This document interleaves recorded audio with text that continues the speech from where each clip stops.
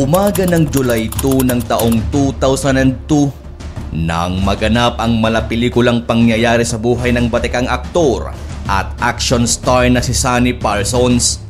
Ito ay noong pinasok ng 6 na kawatan ng bahay niya at iginapos siya sa isang sulok, pati na ang kanyang pamilya at tangayin ng mga ito ang malaking pera at mga alahas.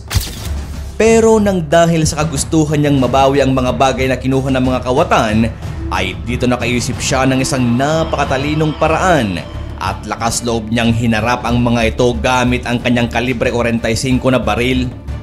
Dahil sa isang bagay na ginawa ni Sonny ay sabihin na nating minalas-malas ang mga kawatan dahil 3 sa mga ito ay napatay niya.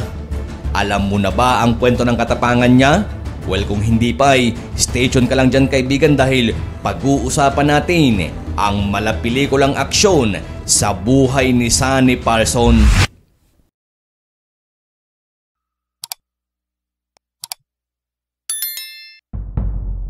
August 22 ng taong 1958. Ito ang araw kung kailan isinilang ang batikang aktor, singer, director at isa ring politicians na si Parsons Agliam Nabiola Jr.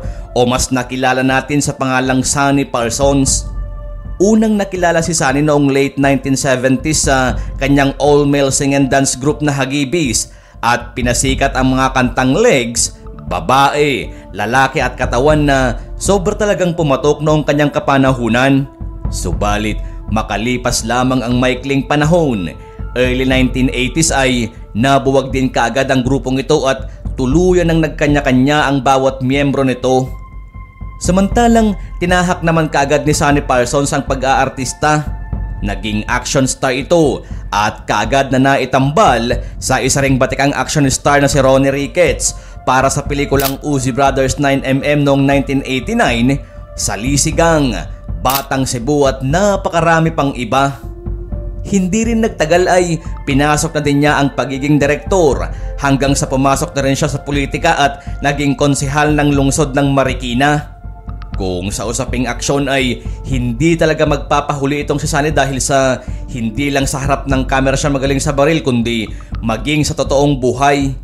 Isa siyang lehitimong sharpshooter at magaling din sa pakikipaglaban, bagay na hindi naman niya pinagdadamot sa iba dahil ibinabahagi nito ang kanyang expertise sa tactical and defensive shooting at isinusulong ang kanyang advokasya na responsible gun ownership.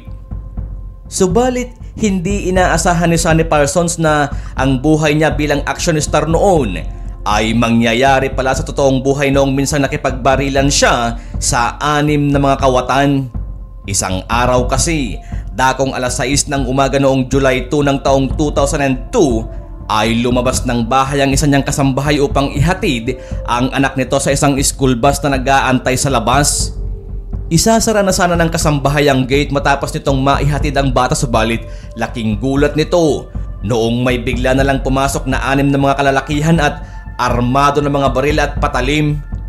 5 sa mga ito ay kinaladkad ang kasambahay at puwersado na lang pinasok ang loob ng bahay. Samantalang si Sonny Parsons naman noon ay mahimbing pa na natutulog sa kanyang kwarto. At nagising na lamang siya noong itutok sa kanyang muka ang isang Magnum 357 revolver at nang dahil doon ay wala na itong nagawa pa. Itinali siya ng mga kawatan kasama na ang kanyang pamilya at mga katulong sa bahay at nalimas ng mga ito ang lahat ng pwedeng mapapakinabangan kasama na ang mga alahas, cellphone, video camera at nakakuha din ang mga ito ng pera na nagkakahalaga ng 130,000 pesos. Pero hindi pa man tapos ang mga kawatan sa panlilimas ng mga gamit sa loob ng bahay ni Sonny Parsons ay gumawa na ito ng paraan para malinlang ang mga magnanakaw.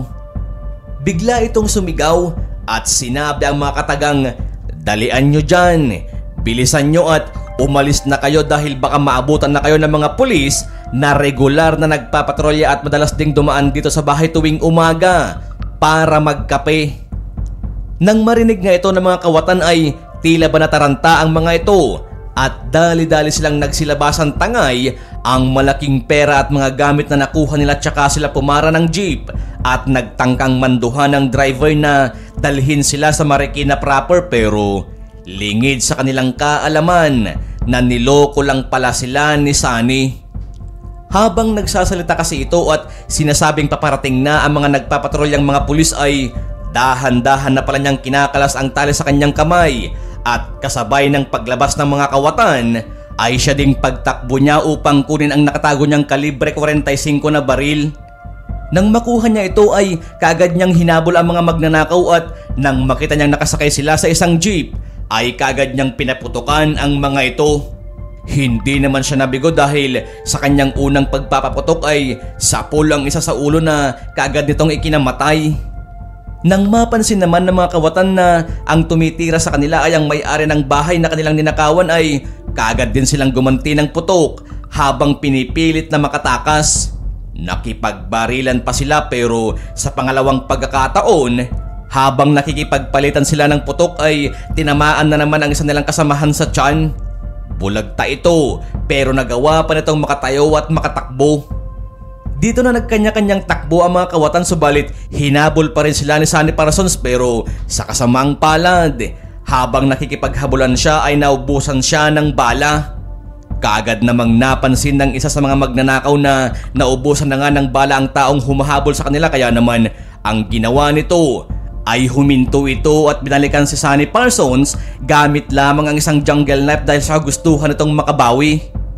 Pero lingid sa kalaman nito na handa pala itong si Sunny Parsons sa kahit na anong laban. Nang tangkain ng kalaban na saksakin si Parsons ay kaagad naman itong nakaiwas at hindi nagtagal ay naagaw na kaagad ni Sunny ang patalim na siya ring iginilit niya sa leeg ng kanyang kalaban. Sa kabuuan ay 2 ang napatay ni Sunny Parsons sa 6 na kawatan at 3 ang turuyang nakatakas. Samantalang ang isa pang tinamaan niya sa tiyan ay nahuli ng mga pulis sa Amang Rodriguez Medical Center at ito ay nasa malubhang kondisyon. Matapos naman ang ginawang follow-up operation ng mga kapulisan ay nabawi ng mga ito ang mga cellphones na nakuha ng mga kawatan at na-recover din nila ang mga baril na ginamit ng mga ito sa pagpasok sa bahay ng aktor. Dahil sa katapangang ipinakita niya ay pinarangalan naman siya ng Certificate of Appreciation ni PNP Chief Deputy Director Edgar Aglipay.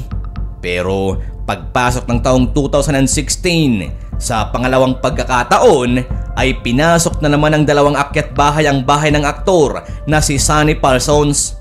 Tiyempo namang wala noon sa bahay si Sunny pero nakita ito ng kanyang mga kapitbahay kaya naman tumawag sila ng otoridad bago nila isinagawa ang citizen's arrest. Agad namang umuwi ang aktor nang mabalitaan ang nangyari at bago pa man dumating ang mga pulis ay bugbog sarado na ang mga ito at nakuha sa kanila ang ilang cellphone na pagmamay-ari ni Sunny Parsons. Subalit noong May 10, 2020 sa edad na 61 habang ito ay nasa Tayabas, Quezon at sumama sa isang charitable event na kanyang dinaluhan ay inatake ito sa puso dahil sa sobrang init na siya na rin naging sanhi ng kanyang naging kamatayan. Ang mga labi ng batikang aktor, singer, director at politicians na si Sunny Parsons ay nakahimlay sa Heaven's Gate Memorial Garden sa Antipolo, Rizal.